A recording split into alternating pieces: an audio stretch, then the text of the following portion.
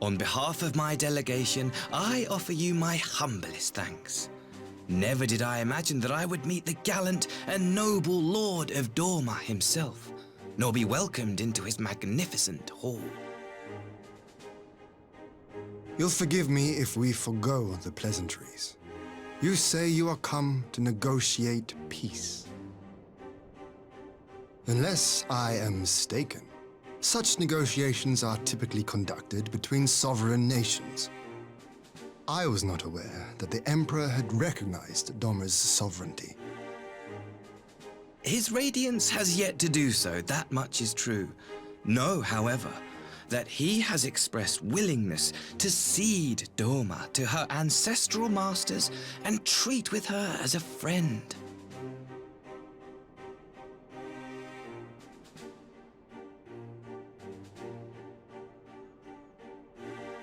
Since the days of Emperor Solus, the Empire has aggressively expanded its territory. While you may not agree with our founding father's policy of expansion, I believe there is room for discussion on the matter of his lifelong goal, to rid the world of icons.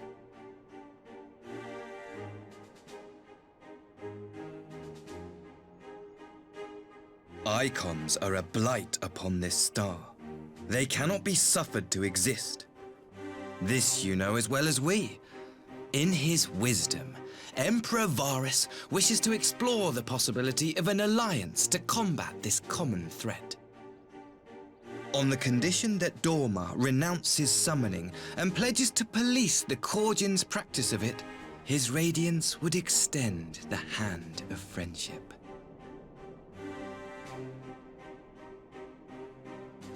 Dorma has never shown any appetite for summoning, and it should go without saying that we will address any threat to our people, icon or otherwise.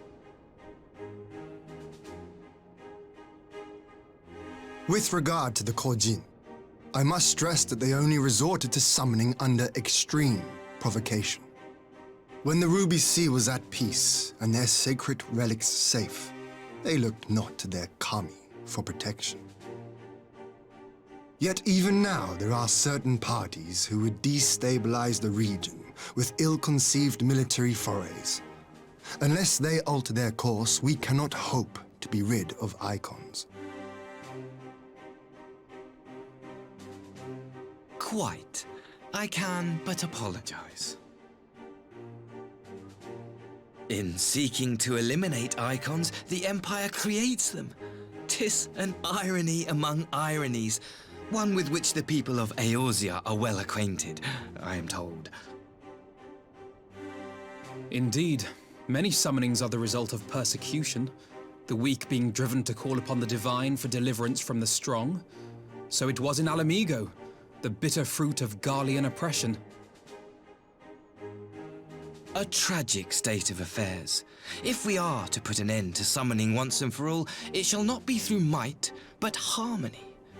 Yet we continue to repeat our mistakes, oblivious to the lessons of history. My comrades and I would change all that. We, Populares, have campaigned long and hard for a shift in imperial policy. And at last, the Emperor has seen fit to lend us an ear. Alas, there is a faction within Garlemald that would obstruct our every attempt at reform.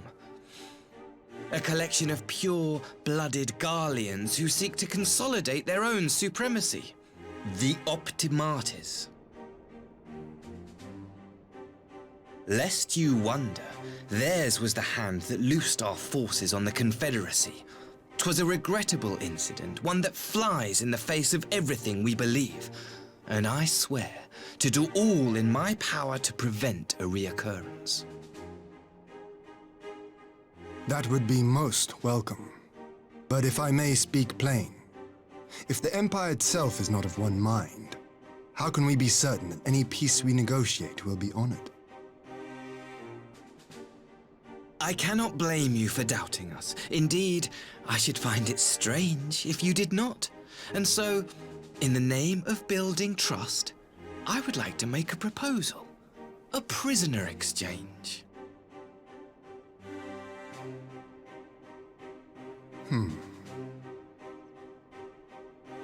Under Garlean rule, no few Dormans were conscripted into the Imperial army. We would repatriate them in return for those of ours you captured in the recent conflict.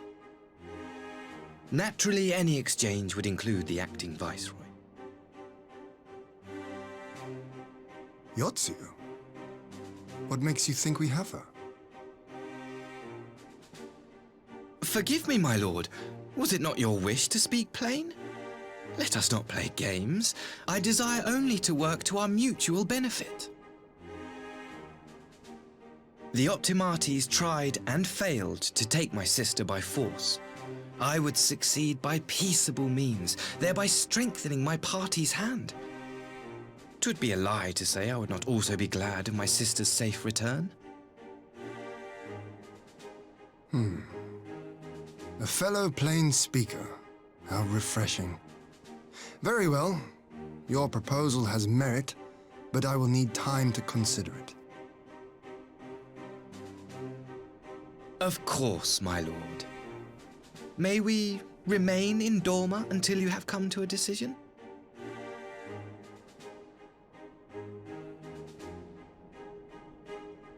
You shall be our honored guests. Yugiri, I leave the ambassador and his retinue in your care. See that they are well looked after.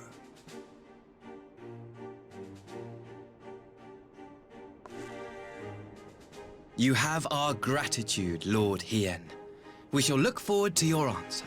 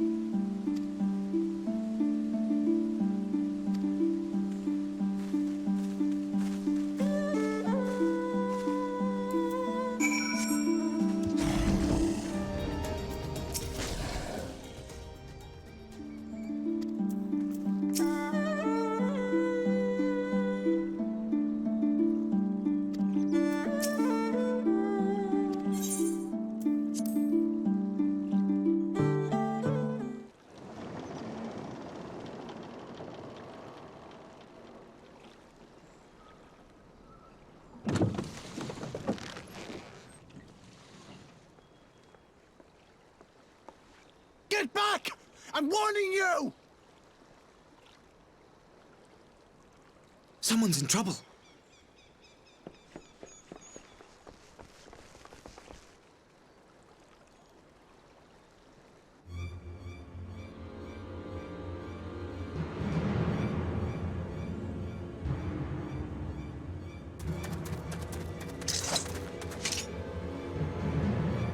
Are you all right? Hi.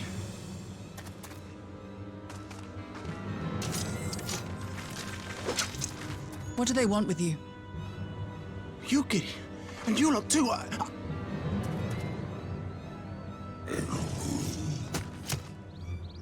I don't know. We were returning from the Enclave when they came at us.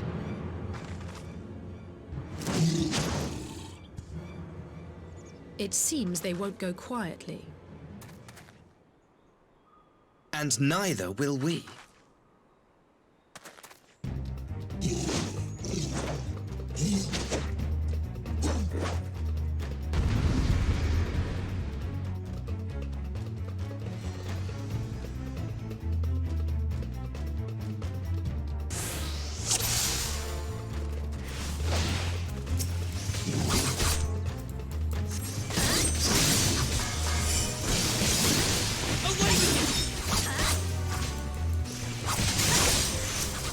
It is nothing.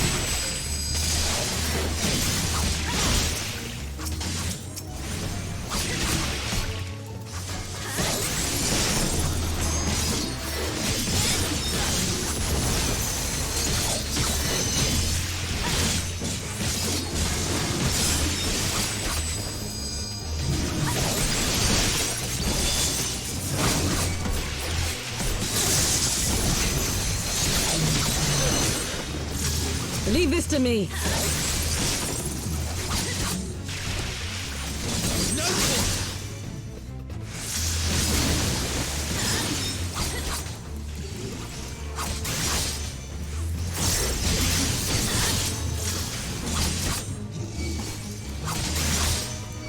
An opening.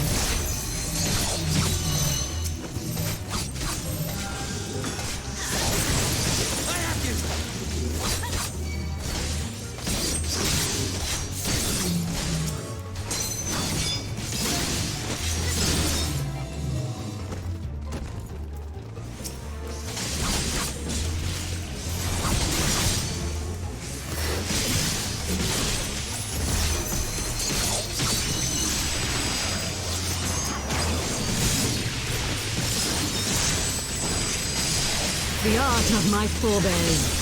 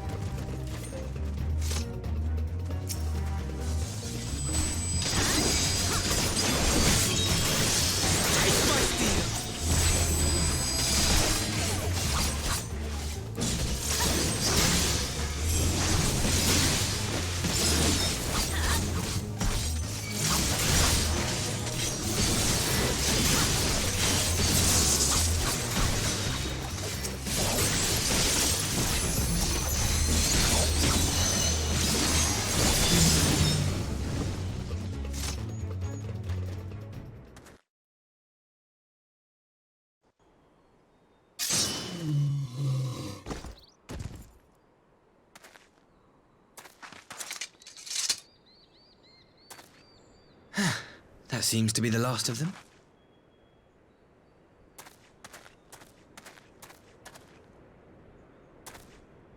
You have nothing to fear, child. You are safe now.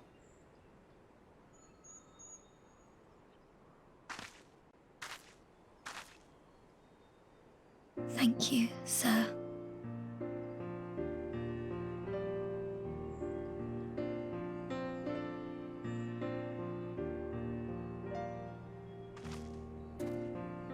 You saved us again. Thank you.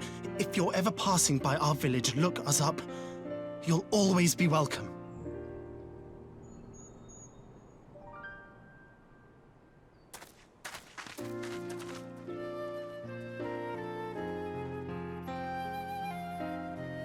careless we arrived when we did. Indeed. But what could have prompted the Red Kojin to stray so far from the Ruby Sea? I presume these are the sellswords hired by Yotsu. If so, the answer is simple. Desperation. Bereft of imperial employment, they seek other means to line their coin purses. Another sad legacy of the Empire's mismanagement. The Empire to which you have sworn allegiance. Must you always be so pointed?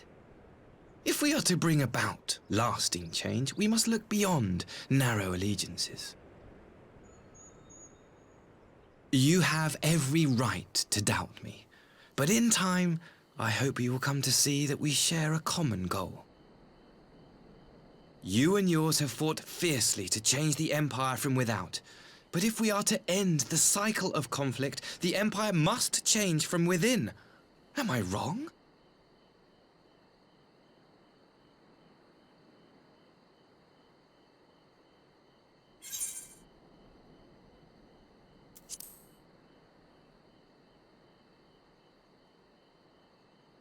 I knew you would understand. You have witnessed such change firsthand, after all, during your time in Ishgard.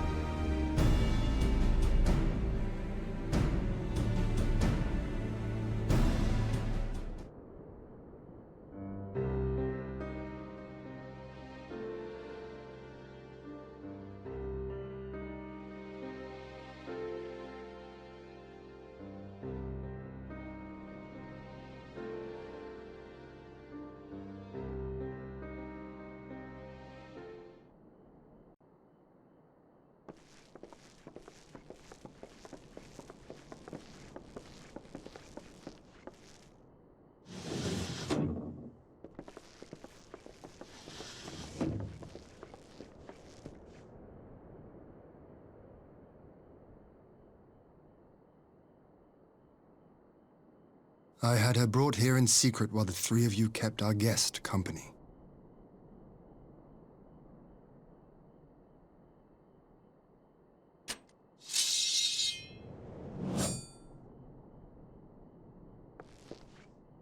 The world has not been kind to you, it is true. But that does not excuse your sins. You should be at the bottom of the river.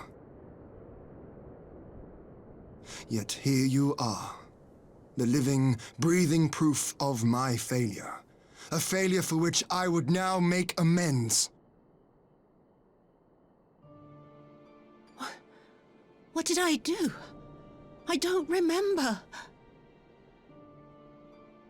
Was it really so terrible? Tell me, please! What did I do? You speak of sins, my lord. But at whose feet do those sins lie? With the soldiers who committed the crimes, or those who commanded them to do so? With both, I would say. For all have a conscience, and all must choose. But with no memory of who she is, or what she has done, what sin remains to be cleansed? You ask that I show mercy. I ask why the heavens saw fit to deny me my rest. Why Yotsuyu was spared not only death, but the bitter memories of her life.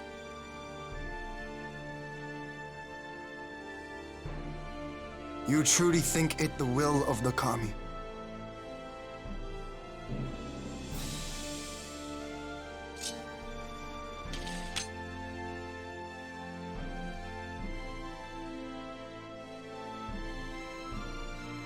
If so, her life is not mine to take.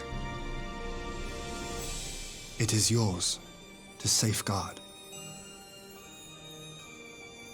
Come the hour of the exchange, if her memories have not returned, she may remain here in Doma to live out her days as Tsuyu. But if they do, the Guardians shall have their viceroy.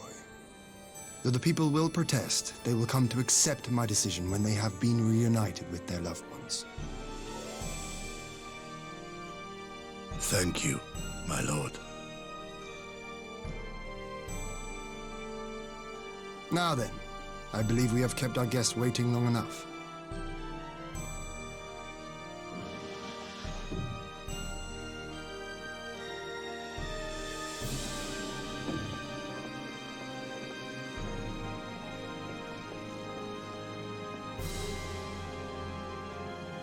Did Gosetsu not seem strange to you?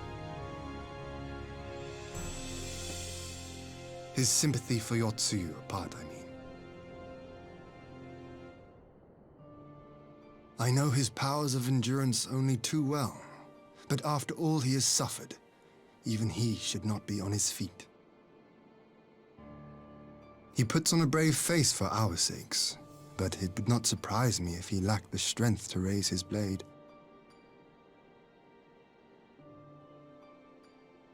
Though I suppose if he and Yotsuyu are to enjoy a life of peace and quiet, he will have little use for it. It falls to us to shape that future, one in which he need never again set foot on the battlefield.